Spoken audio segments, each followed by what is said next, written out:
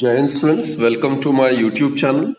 Students, success is the sum of small efforts repeated day in and day out. Actually, success is a journey and it is the destination. In order to reach our goals, we need to plan and take action. It takes a lot of perseverance and patience to reach the destination and eventually to achieve success.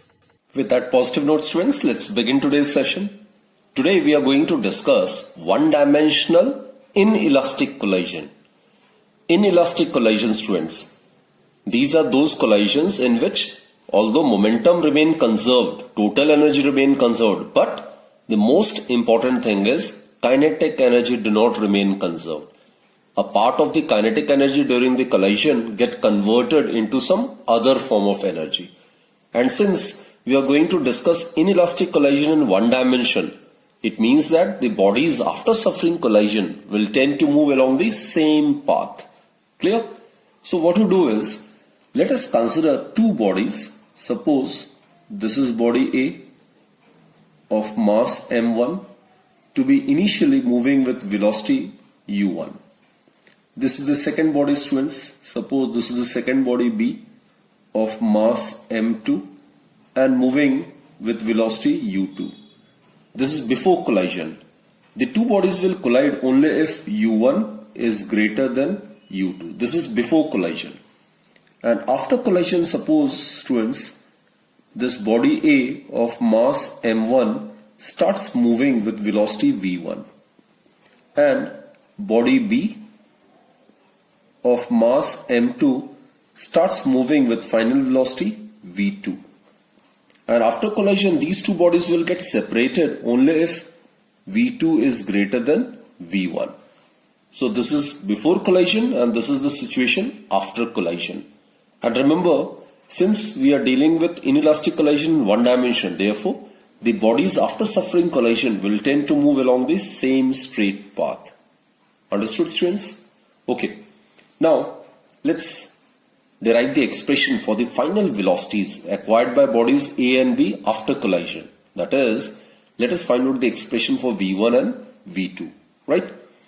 So, as in an elastic collision, momentum is conserved. Therefore, as in an inelastic collision,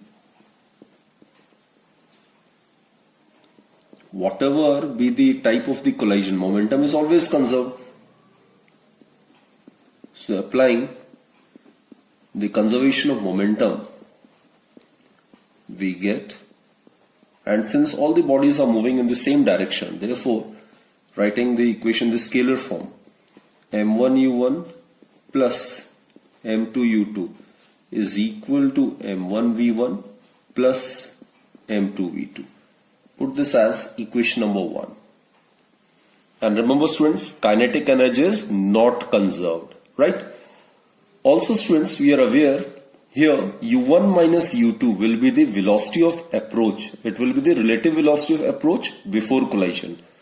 And v2 minus v1 will be the relative velocity of separation of the two colliding bodies after collision. And students, the ratio of the relative velocity of separation to the relative velocity of approach of the two interacting bodies gives us the coefficient of restitution. It is also known as coefficient of resilience. So, the coefficient of restitution or coefficient of resilience is given by E is equal to V2 minus V1 divided by U1 minus U2.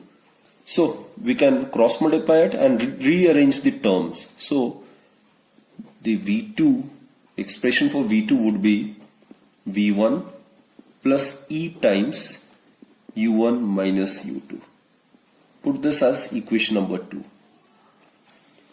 Now students, in order to obtain the expression for V1, which is the final velocity of body A, what we do is, let's substitute this value of V2 over here and then let's solve for V1.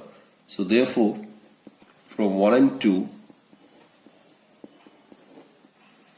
we get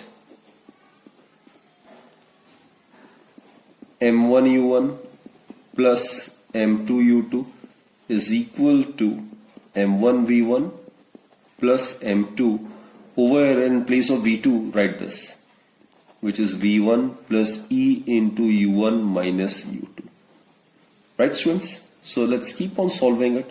So what you get is m1 plus m2 into v1 plus m2e multiplied by u1 minus u2.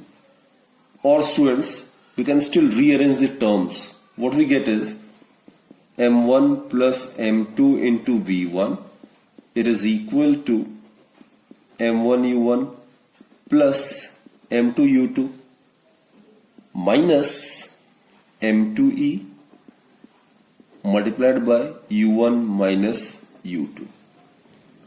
Or students, m1 plus m2 multiplied by v1, it will give us m1 minus e into m2. u1 can be taken as common, right? Plus,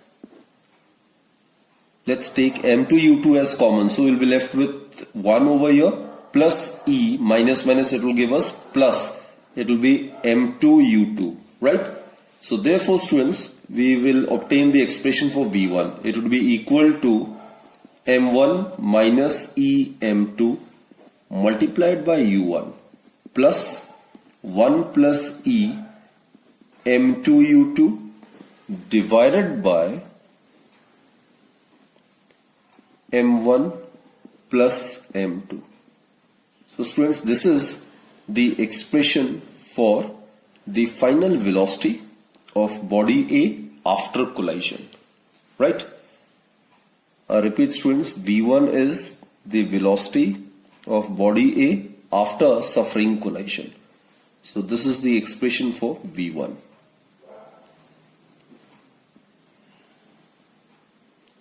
Okay. Now, similarly, we need to find out the expression for v2. That can also be done. Here, you can have the value of v1 and then substitute that value of v1 over here and then rearrange the terms in the similar manner. We can easily get the expression for v2. So basically, the v2 value of v2 can also be directly returned from the expression for v1 simply by replacing m1 by m2 and u1 by u2 and vice versa. That is, wherever there is m1, substituted by m2. Wherever there is m2, substituted by m1. When there is e1, replace it by u2 and vice versa. So you will get the expression for v2. So students, the expression for v2, it would be equal to, as I've stated, if you are aware of the expression for v1, then the expression for v2 can be directly returned from the expression for v1 by simply replacing m1 by m2, u1 by u2 and vice versa. So the expression for v2 would be, in place of m1 it would be m2 minus e, in place of m2 it would be m1, in place of u1 it will be equal to u2 plus 1 plus e, again in place of m2 it would be m1, in place of u2 it should be u1 divided by m1 plus m2. Interchanging m1 with m2 and m2 with m1, we will get the same value, that is m1 plus m2. So this is, student, the expression for the final velocity of body B after suffering collision. So these are the two very, very important expressions with the help of which we can discuss various other cases. Now students, after deriving the expression for the final velocities of body A and body B after collision, let us consider these following cases. Let us consider the collision to be perfectly elastic. In such a situation, the coefficient of restitution or the coefficient of resilience is equal to 1. So you can substitute this value of E equals to 1 over here and get the expression for V1 and V2, right? So V1 in that case, it would be equal to, substitute the value of E as 1 over here. So what you get is M1 minus M2 into U1 plus the value of E is 1. So 1 plus 1, it will become twice of M2U2 divided by m1 plus m2. Right, students? While on the other hand, the final velocity acquired by body B after collision, it would be given by m2, substitute the value of E as 1, minus m1 into u1 plus 1 plus 1. It will give us twice of m1 u1 divided by m1 plus m2. Students, you must remember these were the expressions for the final velocity which we have obtained in the earlier article where we have discussed the elastic collision during one dimension. So that is what we have obtained over here, right? Now let's consider when the collision is perfectly inelastic. You are aware of perfectly inelastic collision. These are those collisions in which the bodies after suffering collision tend to stick together and tend to move with a common velocity. So the relative velocity of separation is 0. That is, final velocity of both the bodies are same. So let's prove it. So for perfectly inelastic collision, the coefficient of restitution or the coefficient of resilience, it is 0. So let's substitute the value of E as 0 over here. So we get V1 is equal to, E gets 0. So here it will be M1 U1 plus E is 0. So we'll be left with M2 U2 divided by M1 plus M2. And V2, it would be equal to, again substitute the value of E as 0. So we'll be left with M2 U2 plus M1 U1 divided by M1 plus M2, right? So from this it is pretty clear that V1 is equal to V2 is equal to V. Say that is, during perfectly inelastic collisions, the two bodies after collision tend to stick together and then they tend to move with a common velocity, isn't it? That is what we have proved over here. So therefore, in perfectly inelastic collision in one dimension, both the bodies after collision move with the same velocities. It implies that the two bodies stick together, right? Now let us calculate the final velocities of the two bodies in an inelastic collision in the following special cases. Case 1 is when the two bodies are of equal masses. That is, consider M1 is equal to M2 is equal to M, say. So from this equation what you get is V1, it would be equal to M minus EM. Substitute the value of M1, M2 both as M. So U1 plus 1 plus E M into U2 divided by M plus M, which implies that V1, it would be equal to M in numerator is common, here also in denominator is common, isn't it? So MM will get cancelled. So you'll be left with 1 minus E into U1 plus 1 plus E into U2 divided by 2. MM will get cancelled from numerator and denominator. Clear, students? Also V2.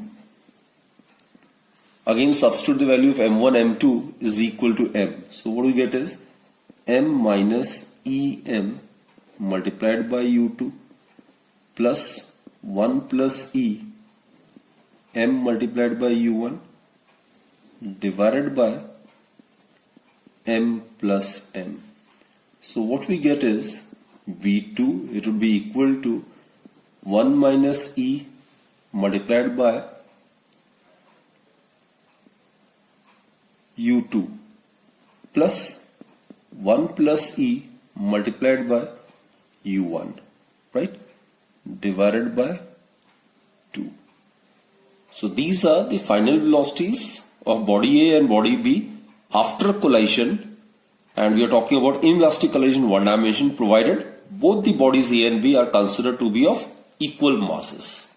Now students, let us consider when the target body is at rest and the target body is body B. So if the body B is at rest initially, that is, we need to substitute the value of initial velocity of body B, that is U2, as 0 in these two equations. Therefore, the final velocity after suffering inelastic collision one dimension of body A would be given by this equation. Simply substitute the value of u2 as 0 over here, right? So we'll be left with, and obviously we are considering the same case. We are considering the bodies to be of masses m1 and m2, right? Simply substitute the value of u2 as 0 over here. So what we get is v1, it would be equal to m1 minus e m2 into u1. u2 is 0, so this entire term gets eliminated. So divided by m1 plus m2. This is the final velocity after suffering inelastic collision of body A. Similarly, the expression for the final velocity of body B would be given by this one. Simply substitute the value of u2 as 0. So this term gets eliminated. So we will be left with 1 plus e multiplied by m1 u1 divided by m1 plus m2. Now students, we are supposed to consider these three sub cases when the target body is at rest. First is we'll consider when both the bodies under consideration are of equal masses. That is, we'll consider mass m1 is equal to m2 is equal to m, say. Second sub case is when the mass of the target body, that is body B, is negligible as compared to that of the incident body. That is, in this case, what we are considering is m2, which is the mass of the target body, is negligible as compared to the mass of the incident body. Incident body is body A, whose mass is considered to be m1, right? And in the third sub case, students, when the mass of the incident body is negligible as compared to that of the target body. So incident body is body A and its mass is considered to be m1. So in this case, m1 is very, very less than m2. So these are the three feasible cases, right? We'll discuss each one of them, right? So let's start with this one. When the two bodies are of equal masses. So simply you need to substitute the value of m1, m2 as m over here, right? So here what we get is v1. It would be equal to m minus em divided by m plus m. That will give us twice m into u1. That is v1, it would be equal to m is common, so we get 1 minus e divided by 2 into u1. So students, the ratio of the final velocity to the initial velocity of body A would be 1 minus e by 2. It's a very, very important result from competitive examination point of view, right? Similarly, we can find the expression for v2, final velocity of body B. It is given by 1 plus e multiplied by m divided by m plus m. It will give us twice m into u2. That is, v2 is get cancelled. So we get 1 plus e by 2 multiplied. So for v2 we get 1 plus e divided by 2 into u1.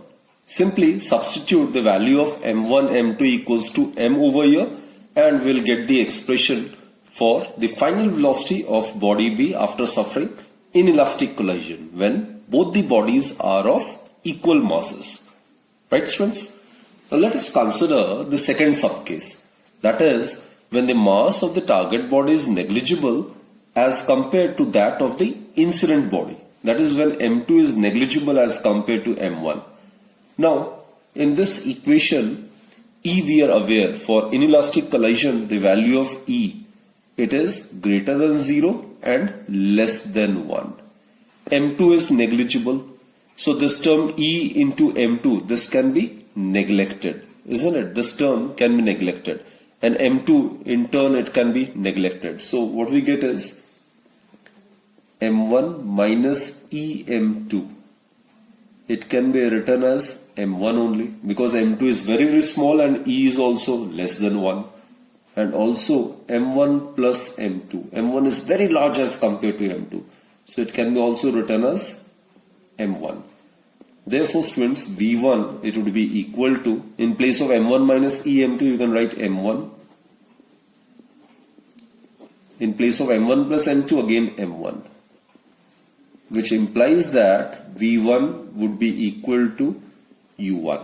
So this is the case where the body A, after suffering inelastic collision one dimension, will continue to move in the same direction with the same speed, right? And what about V2? V2, it would be equal to, now look, M1 is very, very large, isn't it? So it will be 1 plus E into M1 into U1 divided by M1 plus M2. It is approximately equal to M1 only. So M1 get cancelled.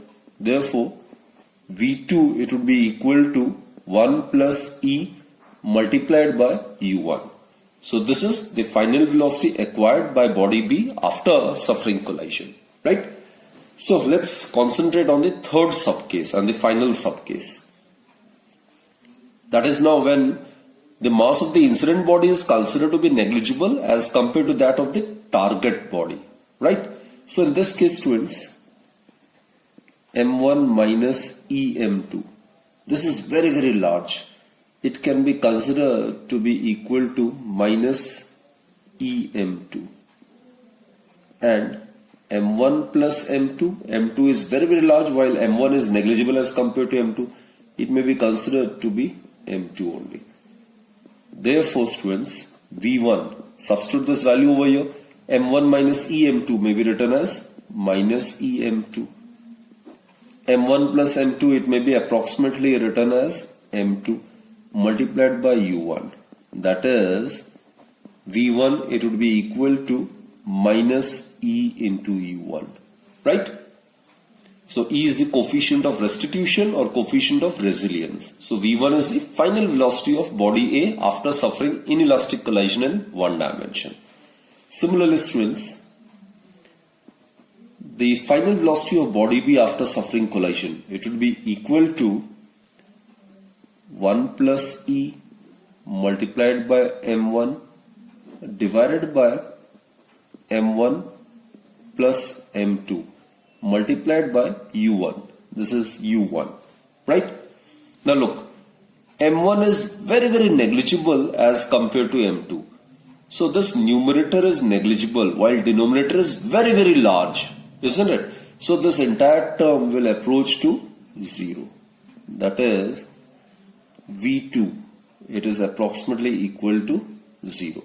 So the target body which was considered to be at rest, it will remain at rest after the collision, right? So students, we have discussed all the feasible cases in inelastic collision in one dimension. So I hope you have understood all the cases, and do remember the formulas. They are very, very important from competitive examination point of view. You can make use of these formulas directly, right? So that's it for this particular session, students. Do join me in my next lecture then. Till then, have a blessed day and keep fit and keep smiling, students. Thank you.